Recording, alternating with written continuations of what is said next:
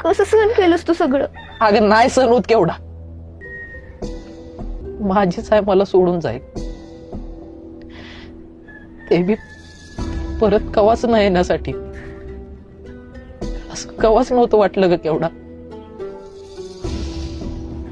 मला माहिती आहे अभिजित, अरे आईशिवाय 1 मिनिट सुद्धा राहत नव्हतंस तू. तू पुढे कसं राहशील? तुझं माहित नाही केवढा, पण आता काय चाललंय का नाही कायच कळना बघ. तेव्हा शाळेत ना आल्यापासून जे आतापर्यंत वाटतंय की, असं वाटतंय की हे समजा एक सपानच आहे, एक वाईट सपान. मला असं वाटतंय मला मधनच जागेल आणि कळेल की हे एक सपान आहे आणि पुन्हा समजा हातसारखं होईल.